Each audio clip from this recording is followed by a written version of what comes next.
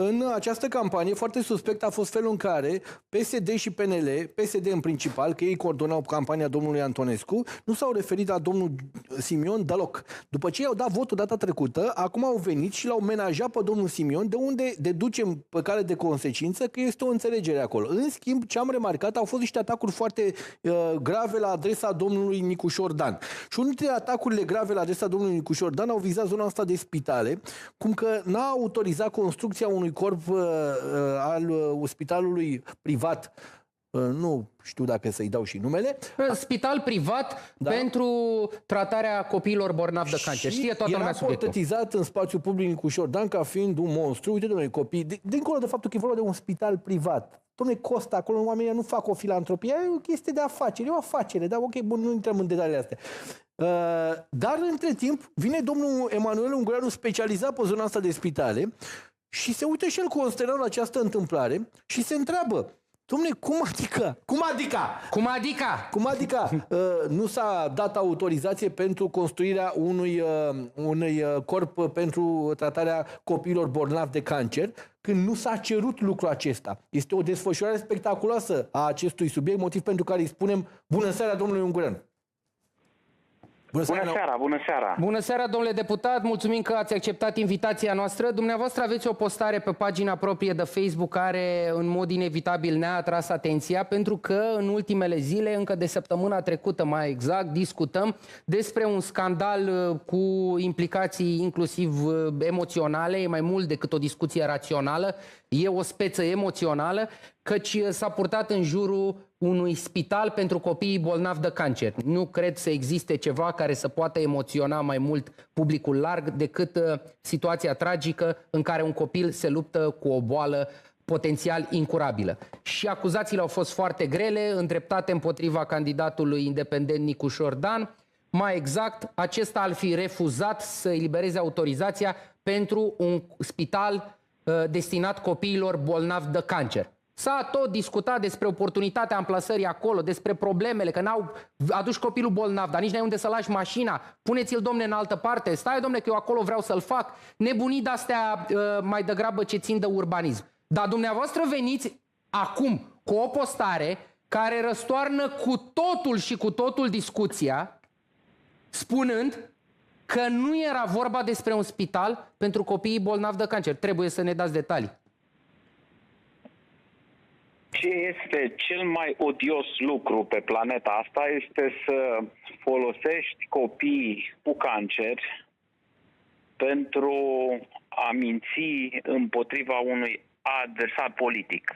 Ce este absolut odios în tot ce s-a întâmplat în acele multe zile este că opinia publică a fost intoxicată cu o minciună uriașă și mie o să-mi dați voie să dau numele acelei clinici, pentru că astăzi am fost în calitatea mea oficială de deputat și membru în Comisia de Sănătate din Camera Deputaților și am vorbit cu directorul medical al clinicii Sanador, pentru că toată lumea știe la ce ne referim, pentru că acea construcție care a fost autorizată în 30/4/2025 de Primăria Generală, nu a fost niciodată clinică de cancer pentru copii. Repet, să înțeleagă toată opinia publică din România. Niciodată clinica Sanador, că despre ea este vorba, nu a cerut în niciun document să construiască o clinică de cancer pentru copii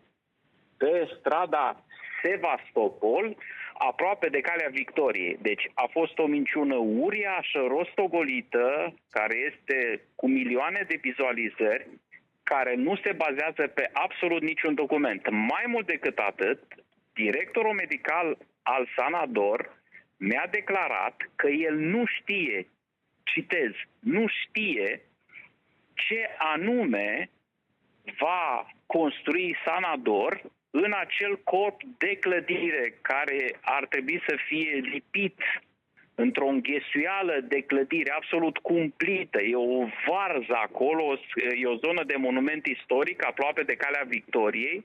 Ăsta este motivul pentru care domnul Nicușor Dan n-a vrut să dea autorizație de construire, pentru că nu se respectă niciun fel de indici urbanistici, pur și simplu este o clădire acolo și circulația este blocată. Și atenție, domnul Ungureanu, vă întrerup o secundă. de acolo vă nu știu ce va fi în acel cod de... Vă întrerup un moment, pentru că problema urbanistică era evidentă. Dar fiind vorba despre o clinică destinată copiilor bolnavi de cancer, dar dumneavoastră îmi spuneți că nu era un imobil destinat tratării copiilor bolnavi de cancer.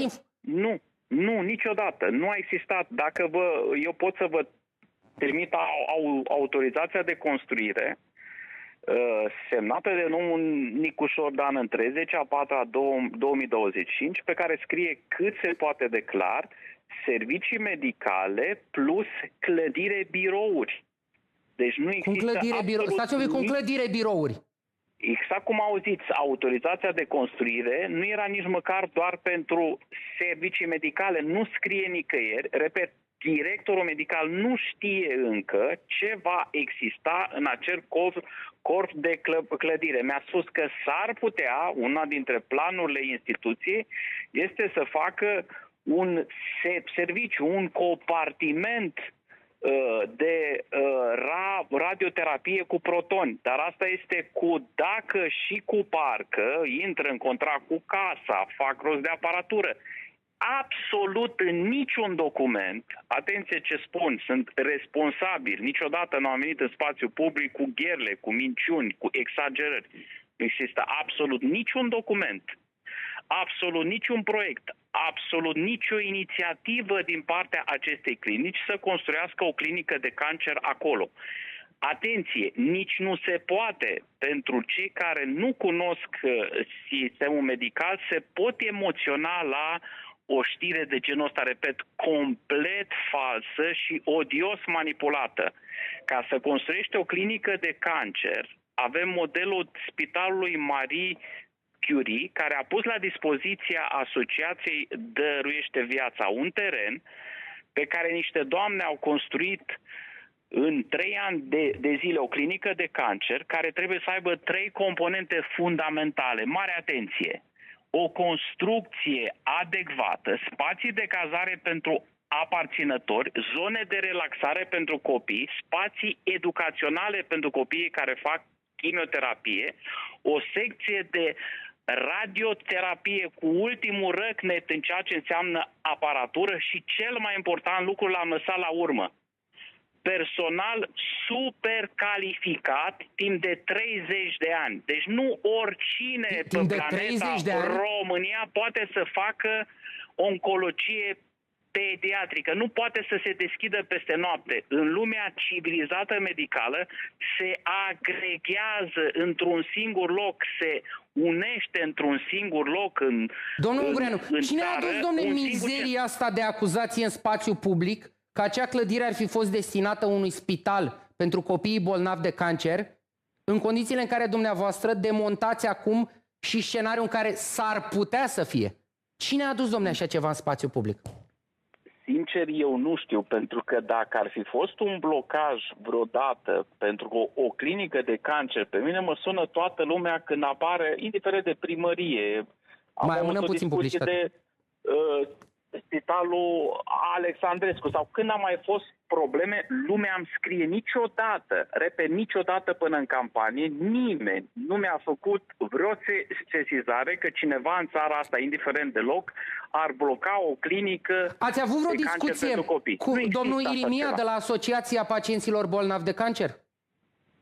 Doamne ferește, omul acela, dacă a spus așa ceva, a spus fără să se documenteze nicio secundă, ori a fost manipulat, ori a fost mințit, ori la rândul lui a manipulat, fiind manipulat la rândul lui.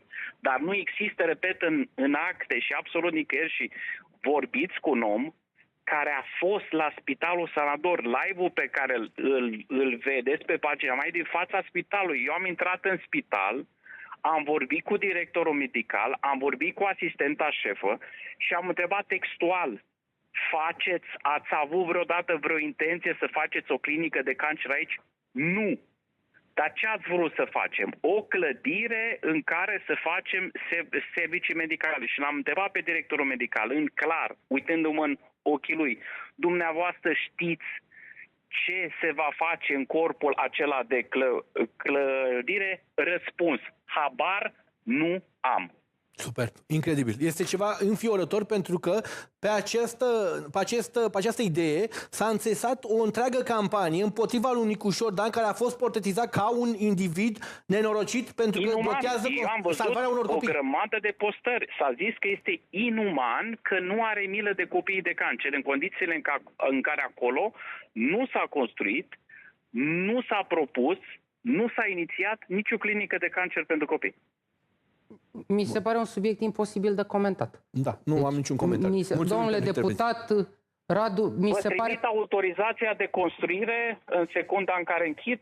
Vă trimit la producătoare ca să o postați. Și ca să vedeți acolo la autorizare că nu există nicio clinică de cancer, nici pentru copii, nici pentru adulți, pentru absolut nimeni.